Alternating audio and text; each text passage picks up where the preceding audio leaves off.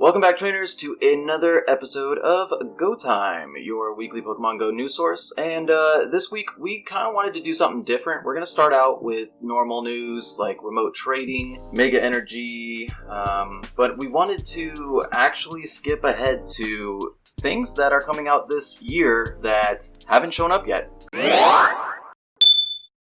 Let's go ahead and get on with the news. So something random popped up recently on the Pokemon Go news blog as well as in your game. So until tomorrow at 10 a.m. the trade range is increased, and it allows trainers to perform trades up to 12 kilometers in distance. The official post did not include the actual distance, but there's anecdotal evidence that says anywhere from 12 to 15 kilometers. Because a quick experiment performed by Sylph Road subreddit members showed that 12 kilometers is pretty much what they're cut off for trades during the test. But I've read on a couple Twitter posts that people have tested it up to 15 kilometers. So as far as what that means for the potential of remote trading in Pokemon Go going forward, Niantic says that depending on information gathered from this test, we may include increased trade range as a part of future events. So don't get your hopes up that it's permanent.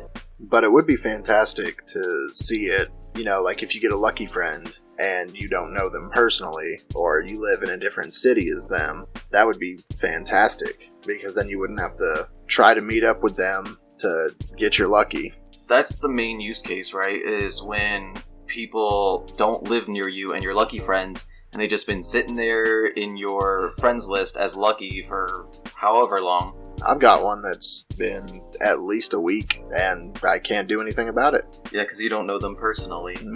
Random person on the other side of the world. But next on the docket is this new Mega Energy changes. Once again, so all the way back October 19th, about a month ago, Niantic announced that various changes would be made to the Mega system, including walking with a Pokemon from a family that you've already Mega Evolved and earning bonus candy for catching a Pokemon of the same type as your active Mega Evolution, or any raid Pokemon. So a couple days ago, those changes went live. Mega Evolutions that cost 200 energy initially, such as Gengar, Charizard, all of those will earn 15 Mega Energy per 3 kilometers walked as a buddy. A flat rate of 5 energy per kilometer per Pokemon. You can also see on your friends list if somebody has a Mega Evolution active. It's an icon on the top left of their profile picture, and it's just a little Mega icon, and it'll be handy for blindly inviting friends to raids. So now that all the basic news is covered, there's some more stuff, but we didn't really want to get into it. Let's get to the more fun stuff. We're going to get to kind of speculation, but also guaranteed. This is stuff that's going to be coming up in the next month and a half, because Niantic has said that they are going to be coming out this year. The first of which is Gen 6 Pokemon. So Gen 6 Pokemon from the Kalos region have been added to Pokemon Go's GM file. So we should be expecting to start seeing Gen 6 Pokemon very soon. So the data miners that you always hear about, the Pokeminers, they shared interesting information on their official Twitter account, confirming that Gen 6 forms and Pokemon have been added to the Game Master file. And that's going to bring 72 new Pokemon species from the Kalos region. So that's X and Y. And also, it's going to bring a new evolution, Sylveon, new Mega Evolutions, and new moves for Pokemon too. Yeah, we don't know exactly when Gen 6 is going to be released, but the official picture for the 4th anniversary teases the announcement. You can find the 3 Kalos starter Pokemon, Chespin, Fennekin, and Froakie. So we were kind of expecting Gen 6 to drop in like September or October, because Gen 3 and Gen 4 made their appearance in October, and Gen 5 released in September, so we're pretty much overdue, and then Pokemon Go releases a new generation every year. And with only 2 months of the year left... It's any time now, and I for one cannot wait. #Phantom. And then here are some just interesting facts and tidbits about Gen 6 that make itself unique among the multiple generations.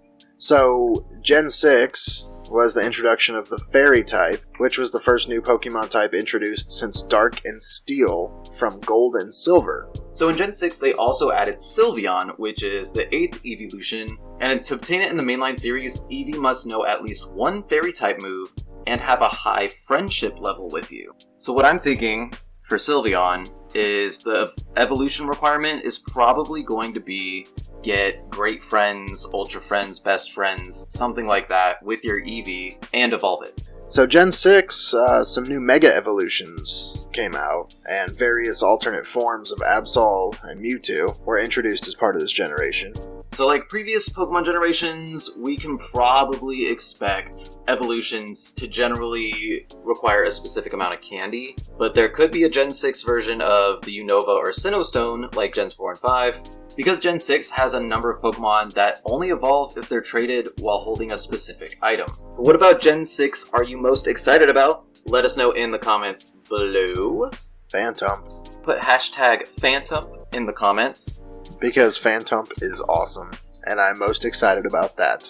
So moving on to the last thing we want to talk about is level 41 plus, the level cap increase. There's been a lot of speculation, a lot of talk, a lot of leaks, a lot of everything about the level cap increase. It's been in the works for a while because the increased cap was found in the game's code all the way back in April, because it appears that Niantic's going to up the number to at least level 50, and instead of leveling up with experience, there's going to be completely new level up rewards too. The level cap increase is supposed to come out this year, so Matt Slemon, the senior product manager at Niantic, said, "We do want the experience to feel a little bit different past level 40 than it has felt up to level 40. So fundamentally, getting to level 41 and beyond is going to require effort. That's really what levels are intended to display, is how much effort you put into the game. And so that effort economy is still very important to us. But it's not going to be as simple as grinding experience through the ways that you might be used to.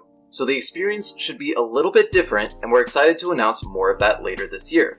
Well, it's the end of the year, Matt Slemon. Let us know what's going on. So there's no timeline given for when the level cap will increase, but Niantic confirmed that it's coming sooner rather than later, and they did confirm that it is coming this year. This is the stuff that makes me excited to almost be level 40. So I'm excited for endgame stuff. I'm glad that it's not just experience.